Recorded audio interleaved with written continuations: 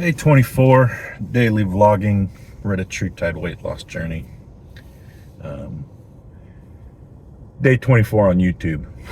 And this goes all the way back to 3 July. So if you haven't found my blog yet and want some more details as far as like where I started and all that type of stuff, I do a weekly check-in. So you can check it out on Saturdays. And then I also have a backlog of post on my blog, Retatrutidelog.com.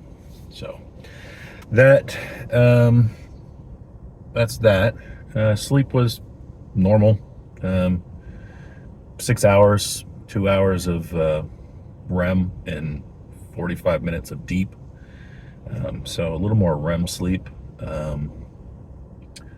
Fasted glucose this morning. I intentionally had no carbs past breakfast all day. And my fasted glucose was higher than normal, so it was 94. Normally I'm in like the low to mid 80s in the morning, so I take that as potentially the variable of the HGH coming back in. So I take that as possible fat mobilization. So it's pretty common to see elevated glucose on HGH, or fasted glucose I should say, because that's what it does, is mobilize fat. So that's running through the liver. So some insulin sensitivity. So that's typically why you'll see bodybuilders pair it with insulin to force the opposite effect of that. So for growth. So I'm after it for the fat loss. So effectively I think it's working. This is something I didn't see at the lower dosage with the split.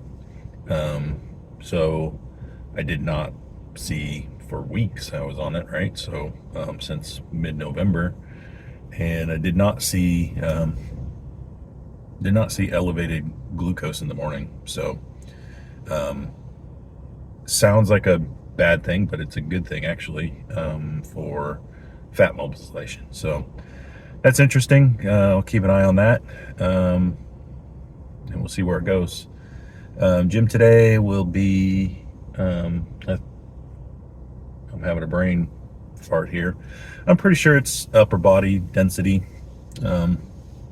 So just a kind of a rehash of a few upper body exercises today as a filler.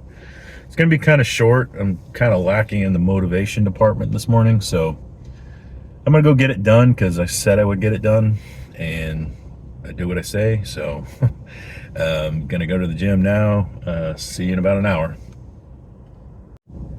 Okay, definitely was a short one. Only dropped 2 points on the glucose down. I haven't eaten. I don't feel bad. So, like I said, I think it was 100 yesterday. And then dropped a little post gym. I'm not sure if I mentioned it in the video. So it's up there, but it's definitely below 130. So I'm not really worried about it. I don't check it throughout the day, but I'm not going hypoglycemic. I know it's not induced from food, so it's got to be from fat mobilization. So I will eat carbs with breakfast still. So breakfast will be, I'll dial it back.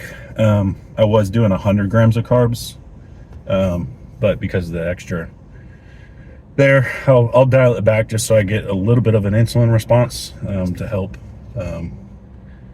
post gym. So, but I don't need as many carbs because there's already, a significant amount of glucose in the blood.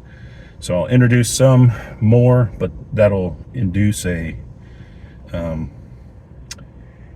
bit of an insulin spike and should shuttle that to all the muscles and stuff that require it post-workout. So that'll be good. Workout was pretty flat. My shoulder is kind of bumming me out today. Plus I'm in kind of a irritable mood this morning. So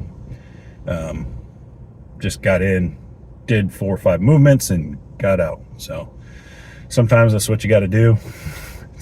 It's not always pretty. It's not always fun. So, but important part is to wake up, get there, do something. So Not a stellar performance, but still a performance. Had a hardware failure on me. I bought my nice watch. The watch is fine.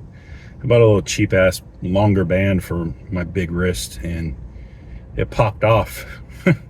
So a little bit of a hardware failure today on there. So luckily they knew it was so cheap, they sent 2 when I ordered 1. So they probably have a high return rate, so they just started sending 2 so people would not return as much, I bet.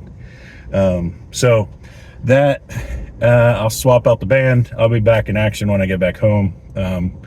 I'll put the second cheap one on that I got, and try and remember that it may pop off on me. So hopefully the one that came with it, which is tight, is not as weak or cheap of a finish. It looks like it popped right at the seam where they cut it out of the mold, or however they make it. I'm assuming it's some type of injection. Other stuff that's happened last night, I went on, I checked the clinic I go do my Dexa scans at. They had the calendar open for February. So I went on and booked my mid-February Dexa scan. So that'll be freaking Valentine's Day. So I'm going to go do that Saturday morning. And then my scan is scheduled for 7:30. Last time it was scheduled for 7:30. The guy, I was the first one there. He didn't really open until 7:40, 7:45 or whatever. It's no big deal. That's a 2-hour commute for me one way to get that done. So I don't schedule them very frequently. So it's every 3 months. So the first one I did was kind of late into the weight loss. So I think I was 6 weeks, maybe a little less. I'm not 100% sure, but I was already doing the blog, and I made a decision that if I wanted to do any kind of content besides just the blog post and progress photos, I probably should do, or at least pay up front for the Dexa scan, right, to have the data, because I'll never be able to recreate that. So like, I'm missing the very beginning scan where I was 336 pounds. So all I have is the scale weight from that point, and then a guesstimation upon, the progression between future scans, what that looked like. So the first scan was in the first 2. After the first one, I started Tesamorelin paired with Reta. So the plan for that was to run it for 12 weeks and see what that did to the visceral fat, which I was the most concerned with because it was up there. I mean, you could see from my progress photos, definitely a fat liver and all that type of stuff.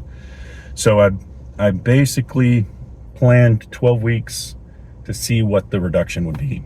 And then midway through, there's so much noise from the Reddit folks and other internet stuff. Everybody's like, why Tessa? It's so expensive. It's not near as good as HGH, blah, blah, blah, blah, blah. So I decided that I would order HGH and I would do another 12 weeks with Reta and HGH, which I'm currently in now, and compare. Obviously, I don't have as much fat to lose as I did, 20 weeks ago when I started that. But my plan was to compare overall percentage loss. So I knew what the starting fat mass was, and I knew what the fat mass would be, visceral, sub-Q, all that, what it would be post 12 weeks. So I'd have at least percentage lost, which maybe not a good comparison, but that was the plan initially. So this got a little bit interrupted. I'm still going to collect the data. I mean, I paused HGH for a week. So the week I had the blood pressure spike last week. I'm talking like it's 2 months ago, but basically I still feel like it's going to show the difference between them. It's, in my mind, I didn't have the water retention problem, or maybe I did and it was hidden by fat, but I didn't have the water retention problem on Tesamorelin, but I do on HGH. I didn't have high blood pressure when I was fatter, and I do when I was on HGH. So there's all kinds of comparisons there. So the blanket statement of HGH is better, and maybe there's some caveats. So that's all I'm trying to do, is collect that data. There'll be a much detailed post that compares the two sets of scans for all the data nerds out there. I won't go into like reading percentages off to you on the vlog or weekly check-in. So that'll definitely be a deep dive blog post. So you'll be able to see that in mid-February. I know it's a bit premature, but it's booked, it's paid for. So I'm committed unless my wife tells me we're doing something at 7:30 in the morning or before lunchtime, essentially, before I get back home. So we are booked for that, and should be interesting to see. I think it's going to be significantly less fat loss just based off of looking at the Renfo scans from the scale, but we'll see. Overall, looking good. It's supposed to storm pretty bad today, so be maybe a half day of work for me. If it starts to look bad, I might just go finish the day out from home. So, all right. I will see everybody tomorrow, Friday, and yeah, thanks for watching. Click subscribe if you haven't, and I will see everybody tomorrow.